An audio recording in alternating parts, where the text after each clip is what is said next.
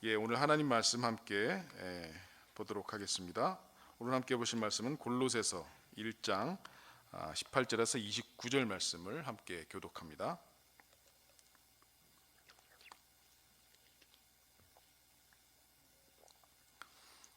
골로새서 1장 18절에서 29절 말씀, 저와 여러분이 한 절씩 교독하겠습니다. 제가 먼저 읽겠습니다. 그는 몸인 교회의 머리시라. 그가 근본이시요 죽은 자들 가운데서 먼저 나신 이시니 이는 친히 만물의 으뜸이 되려 하심이요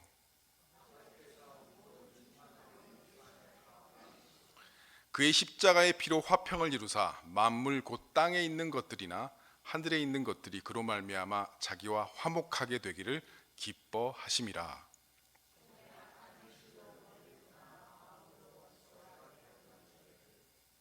이제는 그의 육체의 죽음으로 말미암아 화목하게 하사 너희를 거룩하고 흠없고 책망할 것이 없는 자로 그 앞에 세우고자 하셨으니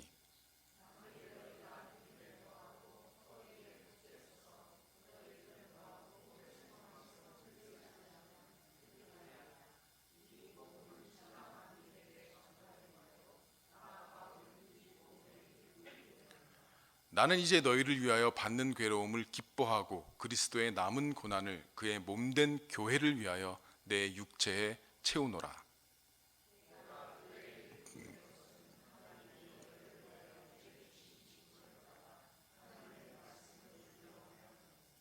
이 비밀은 만세와 만대로부터 감추었던 것인데 이제는 그의 성도들에게 나타났고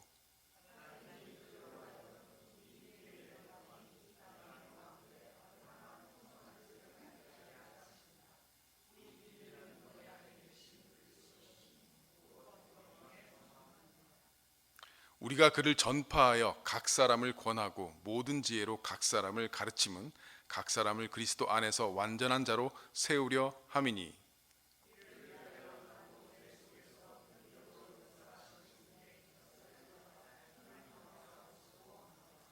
아멘. 자, 교회란 무엇인가라고 하는 제목으로 세 번째 설교 말씀 드립니다. 우리가 첫 번째 설교를 통해서 과연 어떤 것이 성경에서 제시하는 교회의 정의일까요?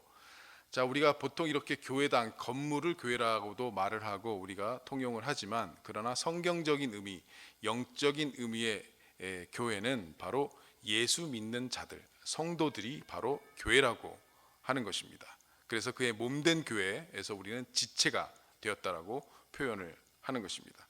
그런데 그 교회는 이 땅에 우연히 생겨난 것이 아니라 하나님이 계획하셨다고 했습니다. 지난주와 지지난주는 마태복음 16장의 말씀을 통해서 설교를 드렸는데요. 자, 마태복음 16장에 보면 베드로를 칭하시면서 그 고백 위에 내가 이 반석 위에 교회를 세우리니 음부의 권세가 해치지 못하리라 라고 예수님께서 직접 말씀하신 교회에 대한 첫 언급을 우리는 보았습니다. 그것은 예수님께서 즉 하나님께서 의도를 가지고 목적을 가지고 이 땅에 교회를 세우셨다라고 하는 것입니다. 계획하셨다는 것은 그 의미와 또 사명이 있고 그 교회를 만드신 이유가 있다라고 하는 것입니다. 그래서 베드로를 통해서 베드로의 설교를 통해서 오순절 성령 강림이 있고 난 후에 첫 번째 이스라엘이란 예루살렘이란 땅에서 탄생한 첫 번째 교회는 그 유대인들이 흩어지면서 제자들이 흩어지면서 유럽으로 교회가 번져나가기 시작했고 로마의 국교를 인정함으로써 이제 중세시대 로만 카톨릭이 발전되었다고 했습니다. 그렇게 역사를 통해서 정교회로 분리되었고 다시 종교개혁이 일어나서 개신교가 되어서 오늘까지 이르는 이 교회는 분명히 하나님이 이 땅의 역사를 주관하시는 섭리 가운데 하나님이 의도하시고 계획하신 것이라고 하는 것입니다. 그런데 조직화된 교회가 성경적인 것입니다. 이 역사를 흘러오면서 천주교가 캐톨릭이 굉장히 부패할 때도 있었고 또한 개신교가 나왔지만 또 개신교도 굉장히 부패하고 있습니다. 여러분들 종종 뉴스에서나 아니면 또 소식을 들어보면 한국의 어떤 교회가 뭐 세신 문제가 있다, 어떤 교회가 어떤 스캔들이 있다라고 하는 것에서 많은 지도자들이 아니면 교회가 많이 부패한 모습을 우리는 볼 수 있습니다. 그러한 것에 대한 반작용으로 과거부터 상당히 오랜 기간부터 무교회주의자들이 생겨나기 시작했는데, 조직된 교회를 일체 부정하고 어떤 직분이라든지 이런 것들을 전혀 세우지 않고 자신들이 그냥 우주적인 교회, 무형의 교회만을 인정하면서 자신들은 모임에서 신앙을 유지해가는 그룹이 생겼는데, 대표적인 것이 퀘이커 교도라고 말씀드렸습니다. 우찌무라 간조가 대표적인 일본의 그 영향을 받아서 함석헌 옹이라고 하는 사람이 한국의 퀘이커 교도를 시작했고 미국에도 있습니다. 그러나 과연 우리가 그런 교회는 아니죠. 그런 그룹들이 과연 성경적인가라고 하는 것을 우리는 생각해야 됩니다. 우리의 가치 판단 기준은 어떤 굉장히 뛰어나신 사람의 말씀이 아니라 어떤 강력한 카리스마를 가진 어떤 사람의 그 철학에 의해서 판단하는 것이 아니라, 우리가 판단할 것은 기준은 반드시 우리는 성경이라고 하는 것입니다. 그들이 아무리 경건하고 그들의 삶이 아무리 깨끗하고 그들의 삶이 영향력이 있다고 할지라도 만약에 성경에서 이야기하지 않은 것이라면 그것은 우리가 배격해야 될 것입니다. 성경은 사도 바울이 서신서를 쓸 당시 이미 사도행전에서 이미 7집사를 세우면서, 그리고 또 예루살렘 공의회를 통해서 나타난 것 같이 이미 조직이 되었고, 여러 서신서에서 감독과 집사와 목사들에게 편지한다, 성도들에게 편지한다라고 하는 그 내용을 통해서 이미 조직된 교회가 존재했었음을, 그것을 있었음을 성경은 증거하고 있습니다. 특별히 디모데 전서 후서는 사도 바울이 제자인 디모데에게 목회를 어떻게 하라고 하는 구체적인 조직된 교회를 향한 메시지라고 볼 수가 있습니다. 그렇기 때문에 우리 조직화된 교회를 일체 부정하는 것은, 그것은 성경적으로 배격해야 되는 것입니다. 교회에 분명히 문제가 있을 수 있습니다. 부패할 수 있습니다. 그러나 그것 때문에 교회를 떠나거나 자기 혼자서 무슨 인터넷으로 예배를 드린다거나 그렇지 않고, 교회에 계속 있으면서 그 교회를 위해서 기도하고 그 교회가 개혁되기를, 하나님의 올바른 성경적인 교회가 되기를 우리는 헌신하고 노력해야 되는 것이 바른 자세라고 말씀을 드렸습니다. 지난주에는 야외 예배였지만 교회를 통해 추구해야 할 신앙의 본질은 무엇입니까? 마태복음 16장에 보면 예수님께서 그 베드로를 향해서 칭찬하시고 교회를 세우겠다 말씀하시고, 이제 자기가 십자가를 지시고 죽으시고 3일 만에 부활하실 것을 말씀하셨습니다. 그때 베드로는 예수님, 그런 일이 절대 일어나지 않도록 제가 하겠습니다 라는 말을 합니다. 그때 예수님이 뭐라고 반응하시냐면 사탄아 물러가라고 하십니다. 베드로는 예수님의 제자였습니다. 3년 동안 예수님을 따라다녔습니다. 그런데 그때까지도 자신은 예수님을 위해서 무언가를 해야만 하는 사람이다라고 생각을 했지, 예수님께서 주시는 은혜로 말미암아 자기가 뭔가 변화되고 씻겨져 나가야 될 사람이라고는 생각을 못했던 것입니다. 여기서 우리가 생각해야 될, 교회를 통해서 추구해야 될 신앙의 본질의 문제가 있습니다. 무엇을 하라는 것이 아니라 어떤 변화를 가지라는 것입니다. 그러면서 베드로를 책망하시고 곧바로 뒤이어서 예수님은 이런 말씀을 하십니다. 아무든지 나를 따라오려거든 자기를 부인하고 자기 십자가를 지고 나를 따를 것이니라. 자, 몇 절 앞서 보면 교회를 세우겠다는 말씀을 하셨습니다. 그러나 베드로를 책망하시고 자기를 부인하고 나를 쫓아와라 라는 말씀을 하십니다. 이것이 교회라고 하는 메시지와 지금 연결이 되는 말씀으로 우리는 볼 수가 있는 것입니다.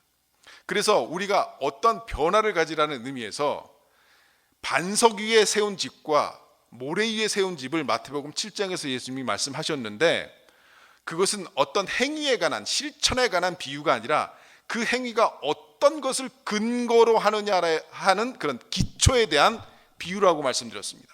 모래 위에 세웠느냐 반석 위에 세웠느냐, 그것은 실천을, 어떤 집을 지었다라고 하는 행위를 비유하는 것이 아니라 그 행위의 근거가, 기초가 반석이냐 모래냐라고 하는 것입니다. 예. 그래서 반석 위에 지은 집을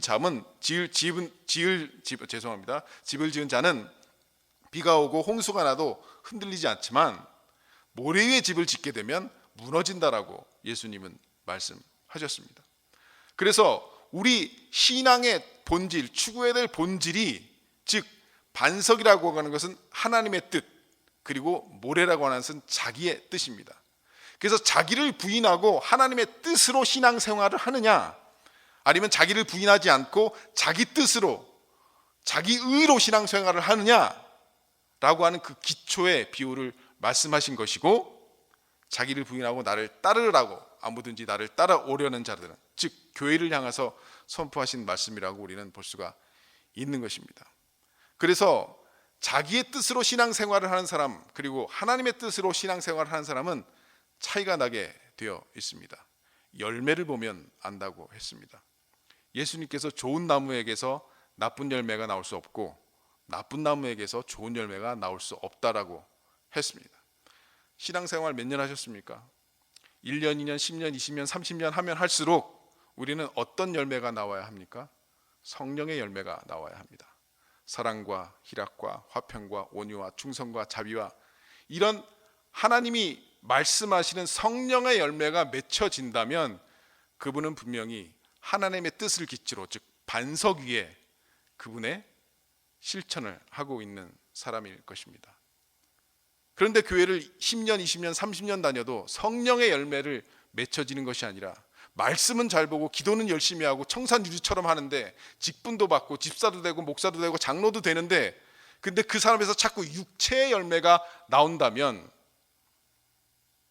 우상숭배, 음란, 수근수근 되는 거, 미움, 분열, 분노, 이런 육체의 열매가 나오게 된다면 그 행위의, 그 신앙의 본질의 기초가 반석이 아니라 모래라고 하는 것입니다.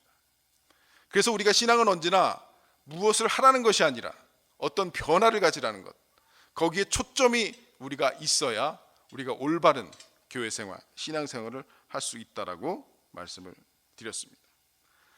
자, 이번에는 세 번째 설교 말씀드리는데요. 자, 세상에 모인 단체들이 여러 가지가 있습니다. 뭐 학교도 있고 회사도 있고 뭐 군대도 있습니다. 그런데 그 단체를 성립하고 그 단체를 조직하면 거기에 단체의 어떤 특유한 속성이 있기 마련입니다.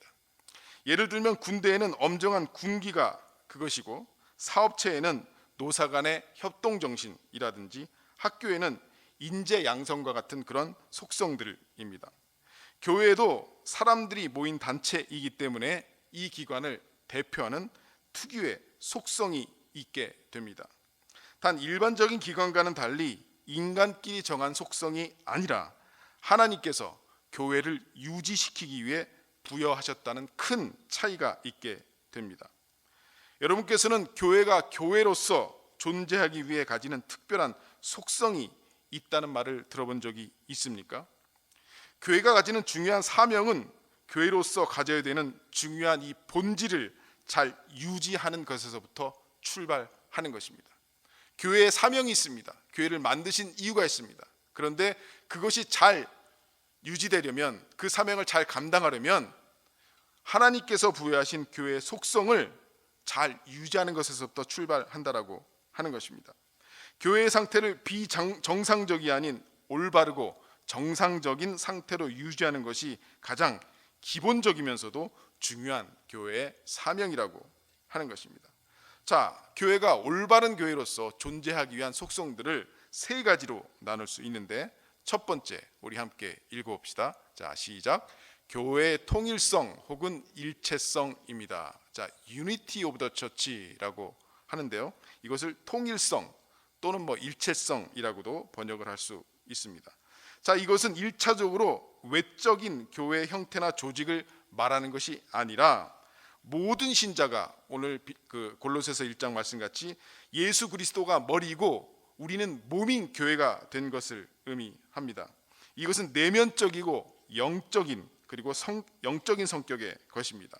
성도라면 누구나 머리 대신 예수 그리스도에게 붙어 있어 그의 다스림을 받으며 그로부터 생명을 부여받고 있다는 사실입니다. 이것이 교회의 통일성을 말합니다.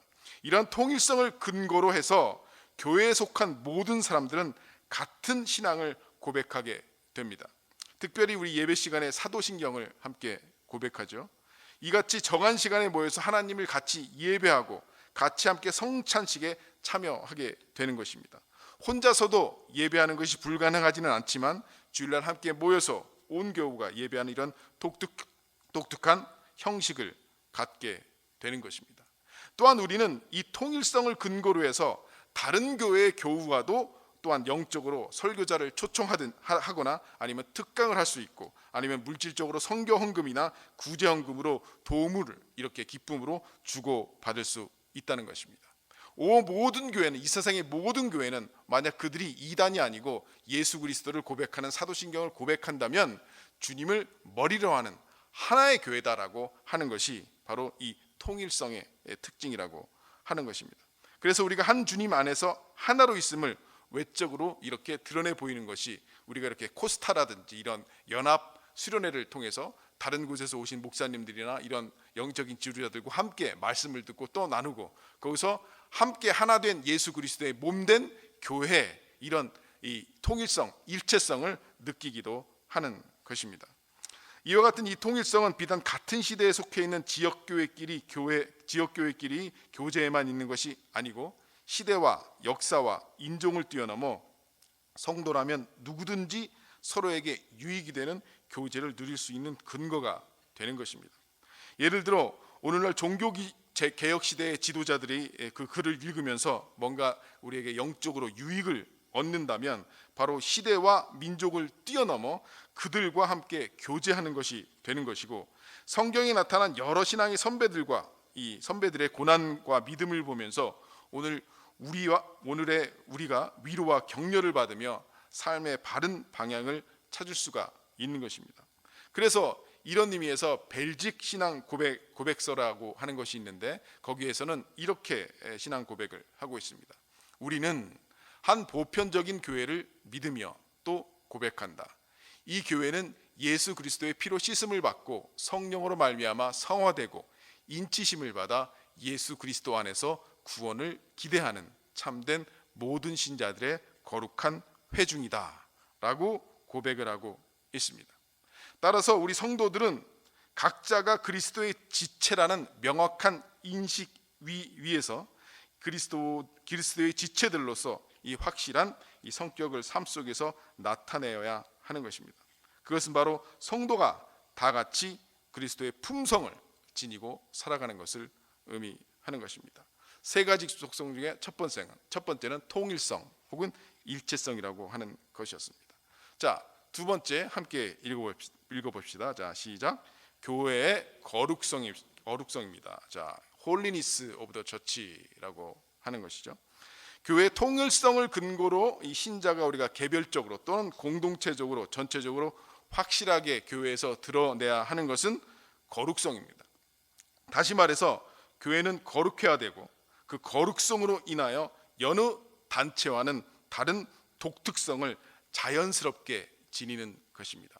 가끔 이민교회 이렇게 보다 보면 한국에서 믿지 않던 분들이 이렇게 이민사회에 와서 교회를 통해서 이렇게 만나다 보니까 이렇게 뭐 소그룹 모임을 이렇게 3, 4, 5 이렇게 하게 되는데, 전혀 교회의 거룩성을 드러내지 않고 그냥 옛날에 한국에서 놀던 대로 그냥 같이 이렇게 교회 그룹이 되어서 노는 그런 분들도 가끔 있습니다. 교회는 거룩성을 드러내야 되는데 이 거룩성 면에서 부족한 것이죠. 교회가 거룩한 성격을 분명히 드러내야 한다는 것은 이 1차적으로는 성도 개개인이 하나님을 알지 못하는 세상으로부터 구별되어 하나님께 드려졌음을 의미하고, 동시에 윤리적인 의미에서도 그리스도 안에서 거룩한 교제를 수행한다는 거룩한 모습을 띠게 되는 것입니다. 그래서 우리 성도 간의 교제는 거룩해야 합니다. 타락하면 안 됩니다. 우리는 세상으로부터 구별된 자들입니다. 지난주 금요일 날 큐티 본문 말씀도 하나님이 심판의 말씀을 하시면서 구별된 자들, 구별되지 않았다, 구별하지 않았다라고 이렇게 말씀을 하셨는데, 바로 거룩하다는 뜻이 이렇게 원문을 보면 구별되었다라고 하는 것입니다. 그래서 세상으로부터 구별된 자들, 거룩한 교회라고 하는 것입니다. 그런데 이것은 분리된 것이 아닙니다. 구별된 것입니다. 세상 속에 있으면서 세상의 빛과 소금으로 영향력을 드러내며 살아야 하는 것입니다. 세상과 분리되어서 사는 것이 교회가 아닙니다. 그런데 일부 교회들 중에서는 자기네들끼리 이 거룩성을 더 지키기 위해서 세상과 좀 분리돼서 살아가는 그런 그룹들도 있습니다. 대표적인 그런 교회가 메노나이트라고 하는 그런 그룹이죠. 어느 좀 지역에 좀 단절되어서 그들만의 그 옷도 있고, 아니면 여자들은 꼭 이렇게 머리에 쓰는 걸 하고 남자들은 꼭 이렇게 검은 바지에 체크 남방 이렇게 또 뭐 이렇게 멜빵 이렇게 메고 또 모자 검정색 모자 이렇게 쓰고 다니면서 항상 그 마을에 같이 이렇게 살죠. 이분들은 거룩성을 너무 강조하다 보니까 세상과 어느 정도 분리되어서, 완전히 분리된 건 아닙니다. 그들도 뭐 비즈니스 하고 또 뭐 이렇게 뭐 양계장 같은 거 많이 하시는데 이렇게 계란 팔러 많이 오고 그러죠. 예, 그런데 그분들도 완전히 분리된 건 아닌데 어느 정도 분리되는 생활을 하시는 분들입니다. 그러나 거룩이라고 하는 것은, 교회가 거룩성을 나타내야 된다라고 하는 것은 산속으로 들어가서 정말 그 산속에 숨어서 신앙생활하는 것이 아니라, 수도원이 아니라 세상 속으로 나와, 도시 속으로 나와, 사람들이 사는 마을 속으로 나와 교회를 세우고 함께 신앙생활을 하면서 거기서 거룩한 영향력을 미쳐야 된다라고 하는 것입니다. 그래서 세상과 분리된다면 그것은 하나님이 의도하신 거룩성이 아니라고 볼 수 있습니다. 여러분, 창세기 5장에 보면 에녹이라고 하는 사람이 나옵니다. 우리 에녹의 이야기를 한 절씩 한번 읽어봅시다. 제가 21절 읽고 여러분 22절 읽어주시기 바랍니다. 에녹은 65세에 무두셀라를 낳았고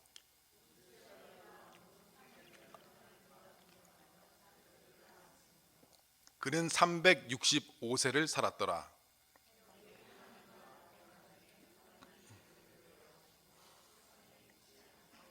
예, 에녹이라고 하는 사람이 나옵니다. 365년을 살았습니다. 좀 오래 살았죠.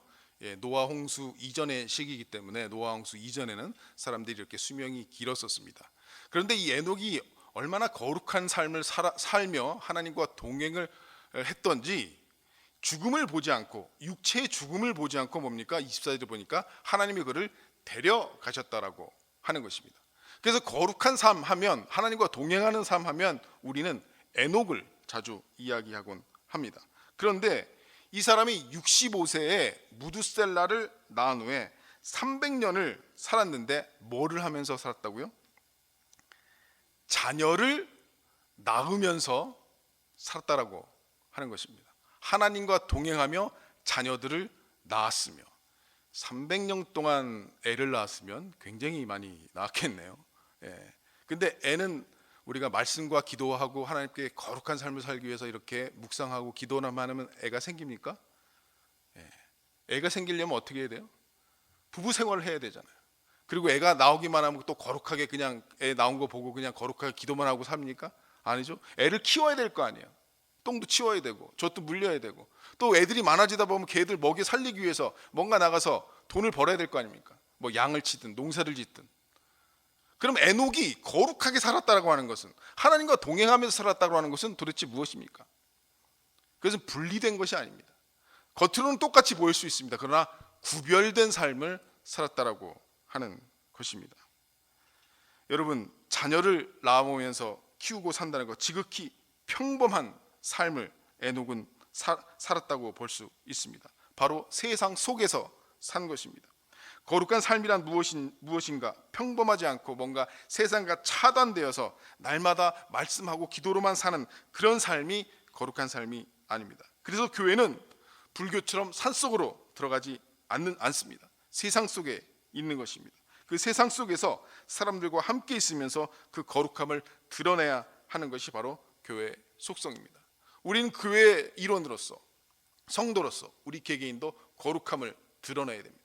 구별된 자로서. 그러나 세상과 분리된 자가 아니라고 하는 것입니다. 저는 한국에 가끔 가면 뭐 목사 친구들, 선교사 친구들, 또 제자들도 많지만 이 예수님을 믿지 않는 아주 옛날에 그 중학교, 고등학교 동창 친구들도 아직도 이렇게 가면 반갑게 만나고 합니다. 예수를 믿지 않고 하나님을 믿지 않기 때문에 이 친구들하고 만나면 뭐 그저 세상 얘기하고, 그 친구들 뭐 회를 먹든 고기를 먹든 항상 그 친구들은 소주를 마시게 되어 있습니다. 내가 세상과 분리된 사람이 아니기 때문에 거룩성을 드러내기 위해서 그들과 함께 술집에 갑니다. 술자리에 앉습니다. 그러나 저는 사이다 마시면서 같이 건배하면서 그 세상 얘기하고, 그러면서 가끔 가다가 이제 한 번씩 이야기를 하는 거죠. 영적인 이야기를. 우리 죽음 후에 심판이 있다. 천국 가자. 이런 식으로. 그렇게 분리되지 않으면서 함께 교제하면서 그러나 거룩성을 드러내는, 그것이 바로 크리스찬이고, 교회가 바로 그러한 거룩성이라고 하는 속성이 있다라고 하는 것입니다. 자, 이 문장을 함께 읽어봅시다. 자, 시작. 세상 속에 있으나 세상과는 구별되는 거룩한 삶을 살아야 하는 것이 바로 교회, 즉 예수 믿는 사람들인 것입니다. 자, 그런 의미에 있어서 교회는 그 조직과 운영에 있어서도 일반 사회기관과는 달리 자기를 늘 정결하게 해야 합니다. 이 조직이라고 하는 것, 운영이라고 하는 것들이 조금 비슷하기 때문에 일반 뭐 회사에서 하는 그런 원리로 막 운영하려고 하는 그런 분들도 가끔 계신데 그렇지 않다라고 하는 것입니다. 그리고 교리에 있어서도 항상 순결함을 유지함과 동시에 세상에 잡다한 어떤 그릇된 사상이나 정신이 교회에 유입되지 않도록 교회에 속한 구성원 한 사람 한 사람이 애써야 하는 것입니다. 자, 첫 번째는 통일성, 일체성을 말씀드렸습니다. 두 번째는 거룩성을 말씀드렸습니다. 자, 세 번째 교회의 속성은 함께 읽습니다. 시작. 교회의 보편성입니다. Catholic City of the Church라고 이렇게 되는데, 이것이 보편적인 교회 또는 우주적인 교회 뭐 이렇게 해석을 할 수 있습니다. 오늘 본문 말씀과 같이 그리스도를 머리로 하는 교회는 모든 시대와 모든 신자들을 다 포함하기 때문에 교회만이 세계적으로, 이 전 세계적으로 회원들을 가지며 그 회원들의 삶 모든 방면에 있어서 지배적인 영향력을 행사할 수 있는 것입니다. 자, 이러한 보편성에 근거한 전도와 선교의 중요한 원리로서 우리는 믿음의 내용들을 어느 한 지역에 국한시키지 않고 민족과 지역을 초월해서 이 지구상 어디에 있든지 효과 있게 전파하는 행동과 태도를 가지고 있어야 합니다. 자, 그러므로 선교란 교회의 보편성에 근거해서 한 곳에만 그치는 것이 아니라 항상 들을 만한 자들에게 공간과 시대를 초월해서 복음을 전달하는 것입니다. 자, 선교란 어디에 근거한다고요? 거룩성에 근거한다고요? 보편성에 근거한다고 지금 써 있죠. 선교란 교회의 보편성에 근거하는 것입니다. 그래서 한 곳에만 그치는 것이 아니라 항상 들을 만한 자들에게 공간과 시대를 초월해서 복음을 전달하는 것이 교회의 보편성을 유지하는 것이다 라고 하는 것입니다. 그런데 사도행전 1장 8절 말씀, 예수님이 부활하시고 승천하시기 전에, 하늘로 올라가시기 전에 제자들에게 마지막으로 하신 말씀 중에 하나죠. 오직 성령이 너희에게 임하시면 너희가 권능을 받고 예루살렘과 온 유대와 사마리아와 땅끝까지 이르러 내 증인이 되리라 하시니라. 자, 이 말씀을 이렇게 해석하시는 분이 있습니다. 먼저 제자들이 있었던 예루살렘에 복음을 다 전한 다음에 그 다음에 뭐라고 말씀하셨느냐? 유대 땅으로 가서 복음을 전하고, 그 다음에 사마리아 땅으로 가서 복음을 다 전하고, 그 다음에 땅끝까지 가라 라는 식으로 해석을 하는 분들이 가끔 있습니다. 과연 그럴까요?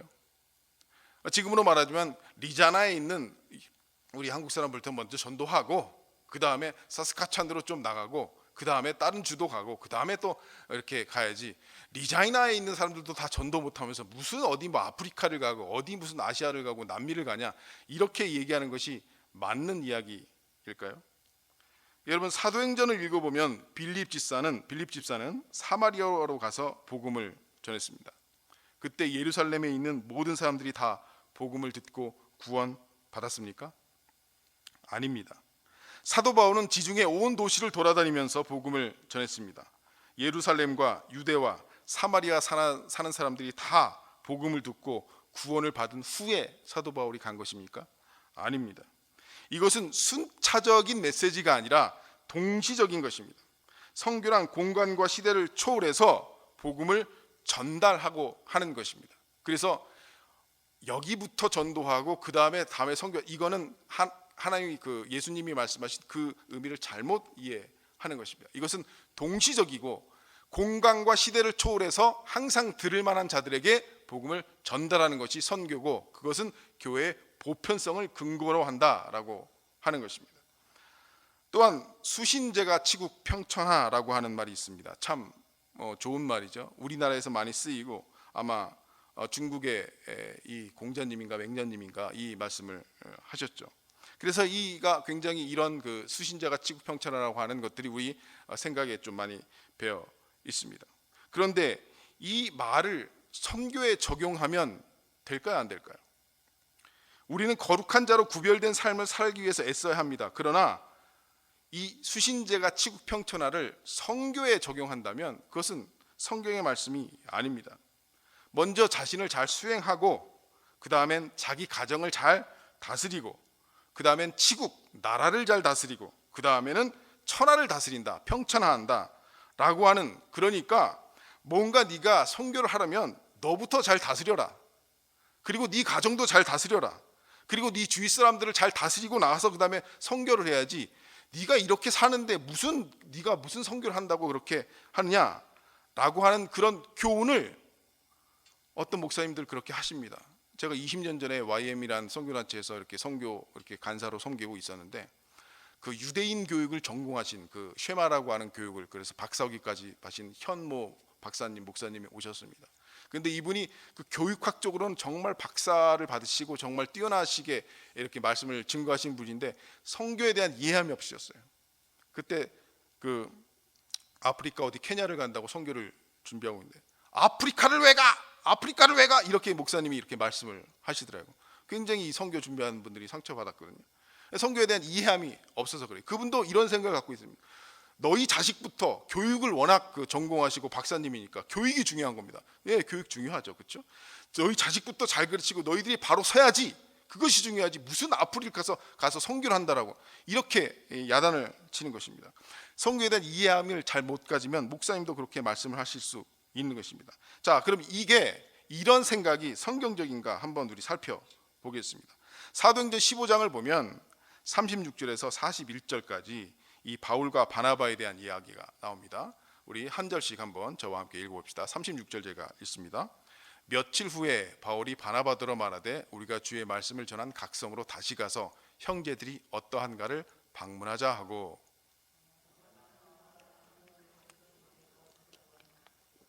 바울은 밤빌리아에서 자기들을 떠나 함께 일하러 가지 아니한 자를 데리고 가는 것이 옳지 않다 하여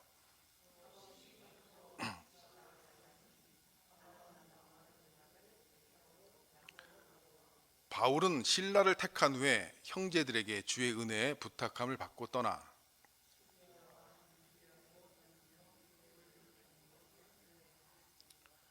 최초의 선교사, 최초의 안디옥에서 파송한 이 바울과 바나바가 39절에 보니까 이 요한의 문제로 심히 다투어서 피차 갈라섰다라고 합니다. 여러분, 그럼 바울이 자기 자신을 잘 다스린 것입니까? 자기 자신도 잘 다스리지 못해서 심히 다투고 피차 갈라서는 사람들이 지금 뭐를 하고 있는 거예요? 선교를 하고 있다라고 하는 것입니다. 선교는 뭔가 도를 터득한 도사들만이 하는 것이 아닙니다. 뭔가 경지에 오른 거룩한 사람이 하는 것이 선교가 아닌 것입니다. 하나님이 사용하신 모든 사람들은 모두가 다 도덕적으로 거룩하고 성숙한 사람들이었습니까?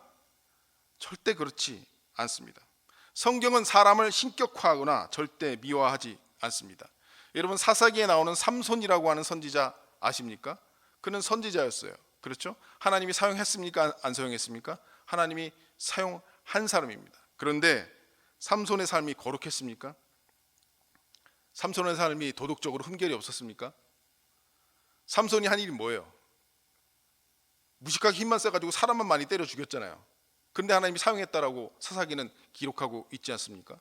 여자의 꾀임에 빠져가지고 머리 잘리고 눈이 뽑혀서 비참하게 인생의 최후를 맞이했습니다.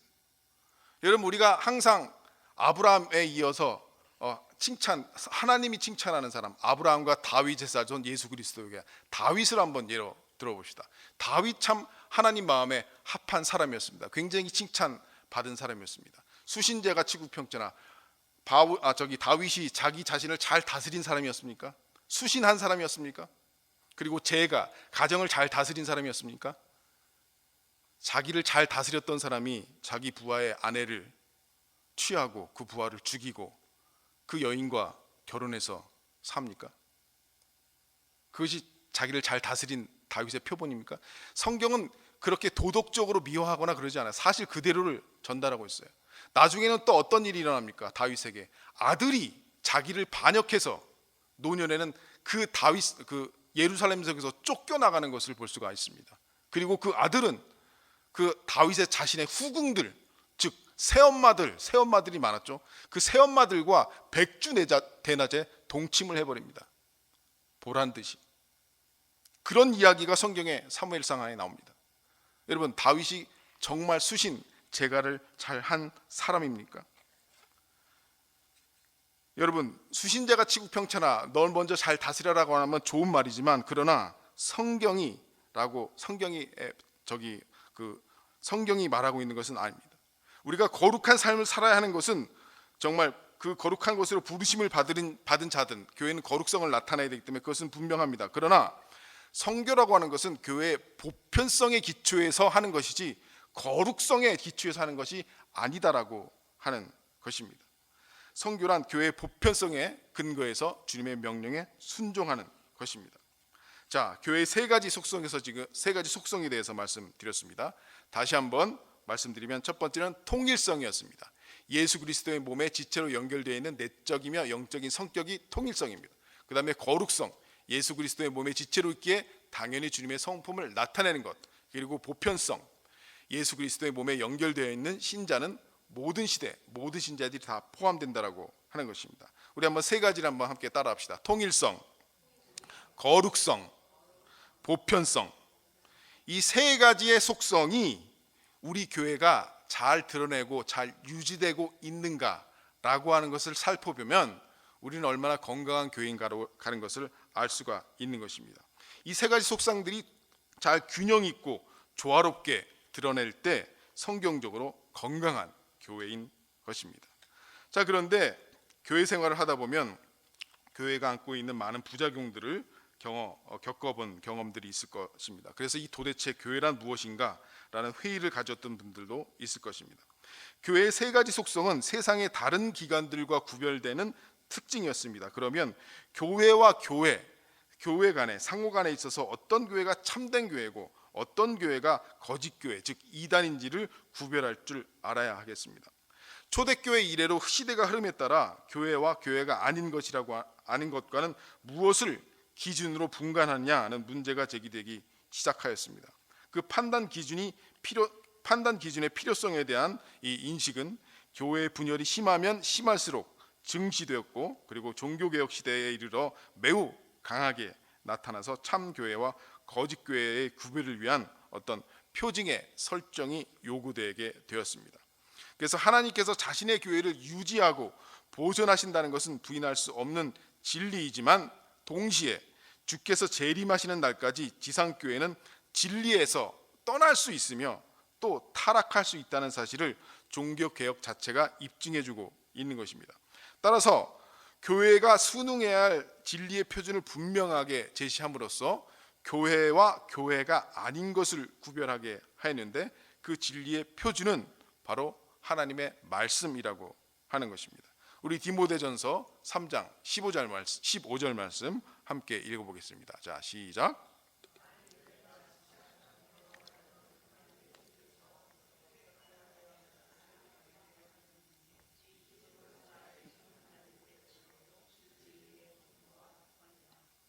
네, 교회는 이 말씀을 지키고 높이 들어서 모든 사람들로 하여금 보게 하는 기념탑과 같은 것입니다. 교회 외 어떠한 사회도 하나님의 말씀을 보존하고 그 말씀을 중요시하지는 못하는 것입니다.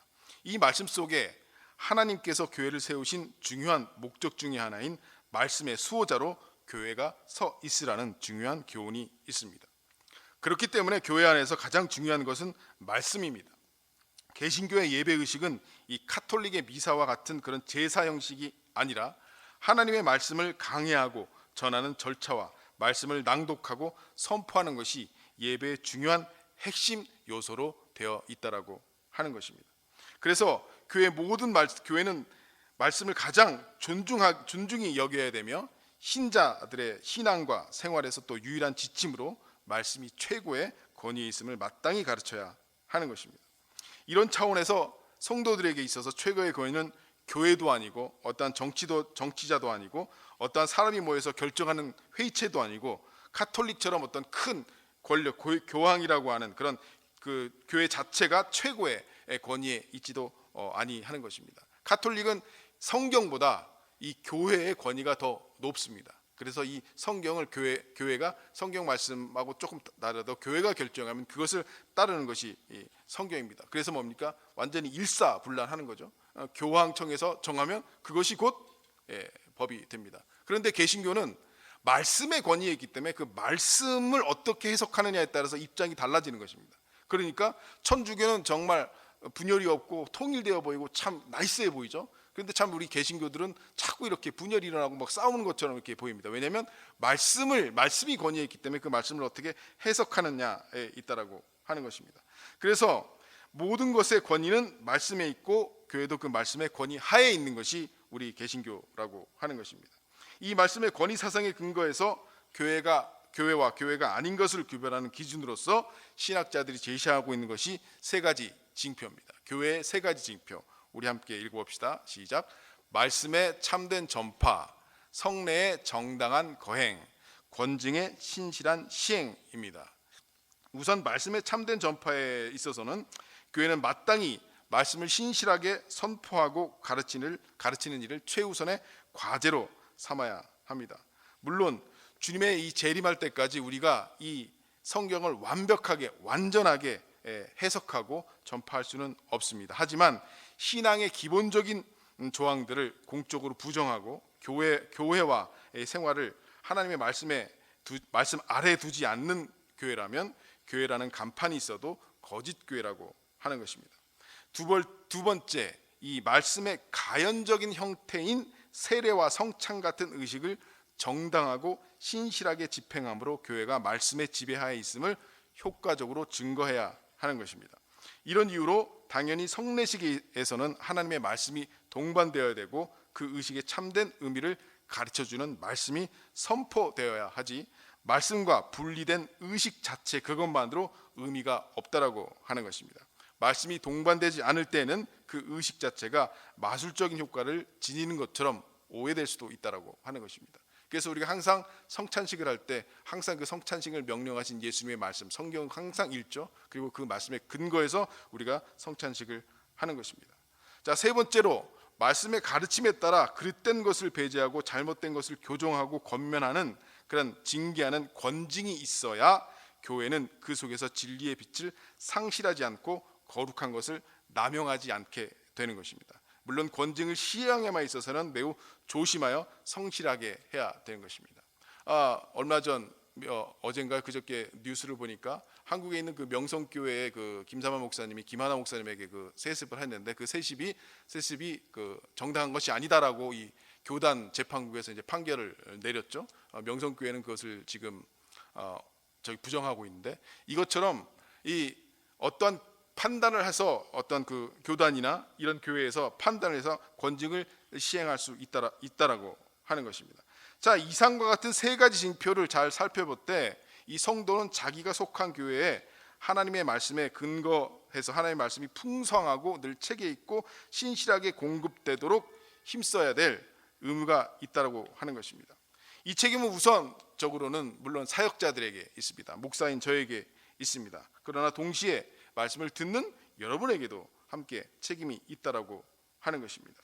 또한 예배당에 모여서 당연히 모든 행사와 일보다 하나님의 말씀을 듣는 일을 어쨌든 기뻐하고 달게 알아서 그런 하나님의 말씀이 중심이 되는 그런 교회로 우리는 서가도록 노력을 해야 한다는 것입니다. 어떤 경우에는 예배 후 교제 시간에 초점을 두고 예배보다는 교제하는 것을 더 이렇게 중점을 두는 그런 경우도 있는데, 옛날에 제가 뭐 신앙생활할 때 학생 예배, 토요 예배 같은 경우는 학생 예배 토요 예배는 뭐 이렇게 학생들 모이니까 예배는 이렇게 그 간단하게 하고 뒤에 뭐에 관심이 있었냐면 항상 2부 순서에 항상 관심이 있었어요. 무슨 게임을 할까, 무슨 놀이를 할까, 어떻게 놀까, 거기 항상 그 관심이 있었는데, 자, 그렇게 되면 안 된다라고 하는 것이죠. 자, 교회가 교회답게 바로 서 있으려면 이 교회의 말씀이 풍성함과 동시에 늘 신실하고 그 다음에 체계적으로 공급되어야 되고, 이러한 터 위에서 하나님이 요구하시는 교회의 바른 속성을 충분히 발휘할 수 있는 것입니다. 자, 오늘 읽었던 본문 중에 우리 28절, 29절 말씀을 함께 읽습니다. 우리가 그를 전파하여. 자, 시작.